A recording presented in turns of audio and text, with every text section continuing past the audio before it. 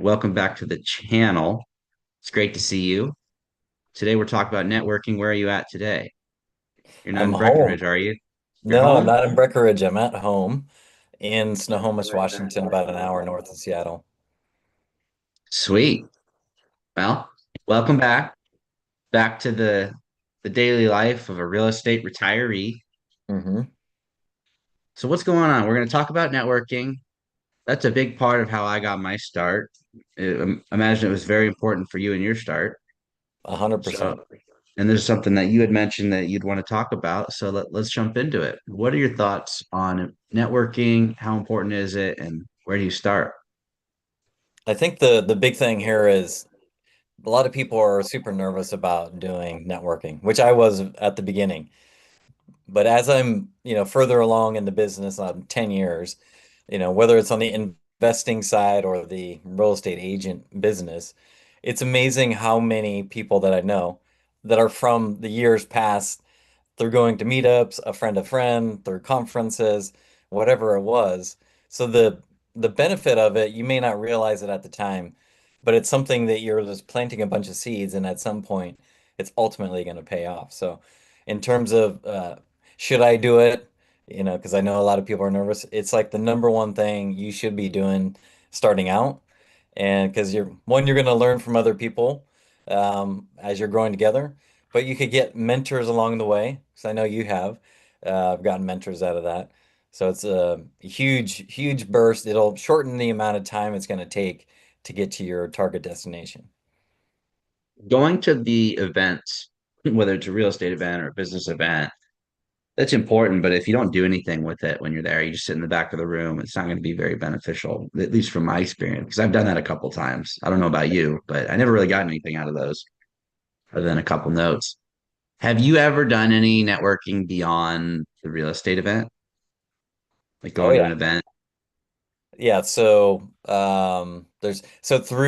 for example, if you are in any sort of these Facebook groups, you can see who the doers are because they're posting, they're talking about an investment, something that went good, something that went bad. What I do is like when I see somebody that's doing a lot of work, I then reach out to them. I just direct message them saying, "Hey, I'm an investor as well. Saw you post this thing on it. Would you be open to sharing more about it?" Right? And then see if they come back to you, right? You'd be surprised how many people the conversion ratio is super high because, most of us real estate investors love to talk about investing, right? So almost every time they reach back out, set up whether it's a Zoom meeting or sometimes I'll meet them before and after an event or just meet them for lunch or dinner or something like that and try to connect with them. What would you say has been the biggest unexpected takeaway from networking with other people? It compounds, I think, is the biggest thing where you know, if you end up your network is obviously your people but if you Mhm. know somebody who knows somebody, right? So for example, when I was at Amazon and I had built the real estate at Amazon group and we were trying to get, bigger and bigger guests that come in. Originally it was just me doing the presentations, then we had other clients, other Amazon people doing presentations, but we wanted to get real world people to come in, right? And so one of the first people was Leica, who's very famous on Bigger Pockets. Then I got Dion as well. But Yep. come to find out, one of the guys that was I had set up a committee to help with this group. One of the guys he's from Hawaii, and his friend is friends with Brandon Turner.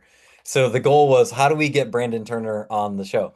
So because we knew of that guy, basically it was like, hey, once you guys establish this where it's a big enough platform, I'm sure Brandon would want to come out and join your call, right?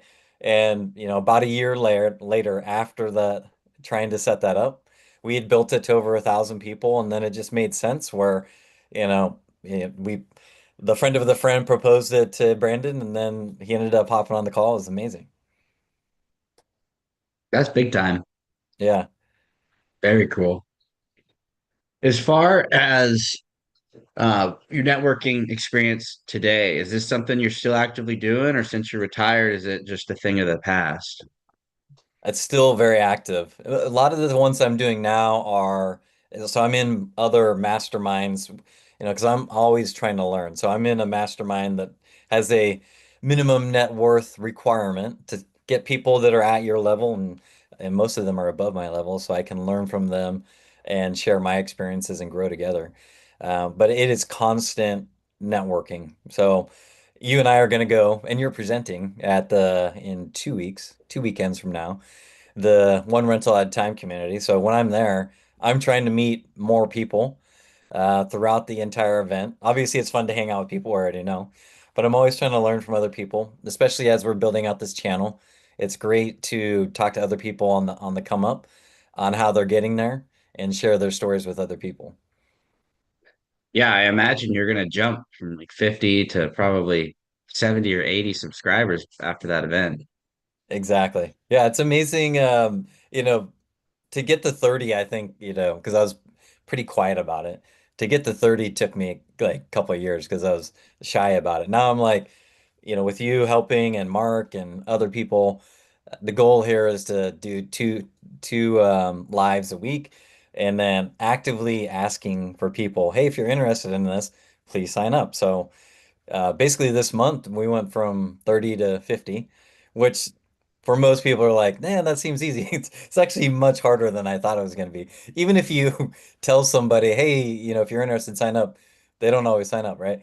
Now, at some point, we'll get into the larger scale where we'll get 20 a week, then it's 20 a day, 20 a minute, right? Because like there's in our area up here, Thatch Wen is, a master at this. He's probably got 2 million people by now, if not more. I mean, he's probably getting 20 people a minute signing up for his account. So today we're not at that level, but definitely going to get there soon enough. Yeah, that's crazy. If that's where you want to go. But that's a Right. lot of time, that's a lot of money, and that's a lot of energy that a lot of people are not going to want to put into the business. Because Mhm. I mean, anybody could work their way to that, but do you want to? It's like, do you want to have 1,000 units? Not everybody wants to have 1,000 units. Do you want to have 1 million subscribers? Mhm. Not a lot of people actually do, because that takes a lot of work. Oh yeah. Like I mean, if you look at Zuber, I think he's done thousands of videos, right? Because he's doing, was it like at least five a week, if not 10 probably a week. So he's doing 500 a year times how many years? I mean, that's a lot of effort.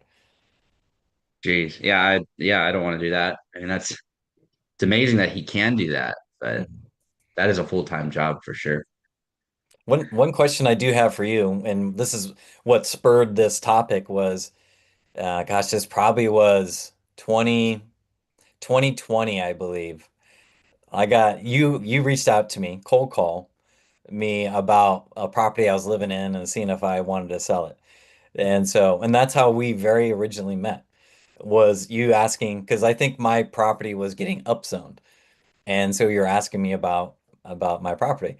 So, I was wanting to understand, A, how did you find me? What was kind of the project you're working on?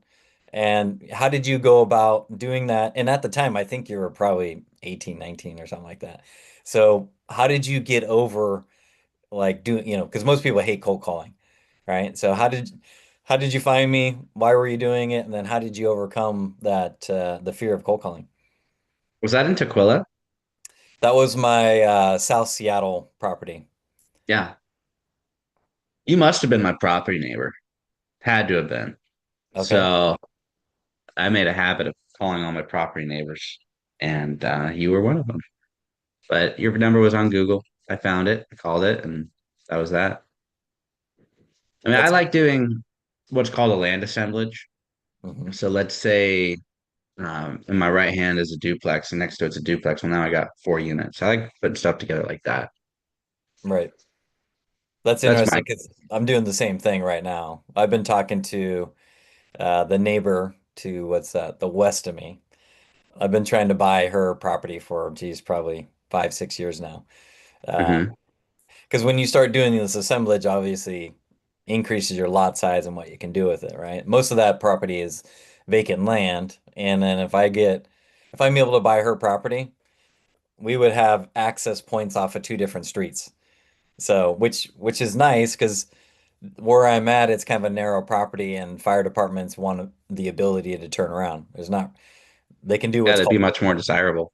exactly. So if I can get that corner property, a parcel from her, it's a huge benefit for me. So I'd even be willing to pay more.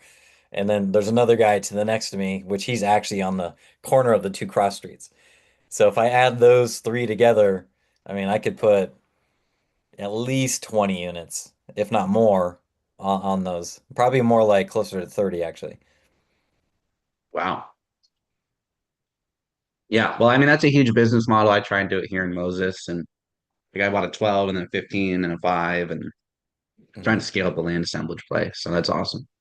Yeah, and I think what you're alluding to there is that, hey, just make the outreach. People next to you is the easiest way to connect, right? So, you know, once you find the number, and it's so easy to find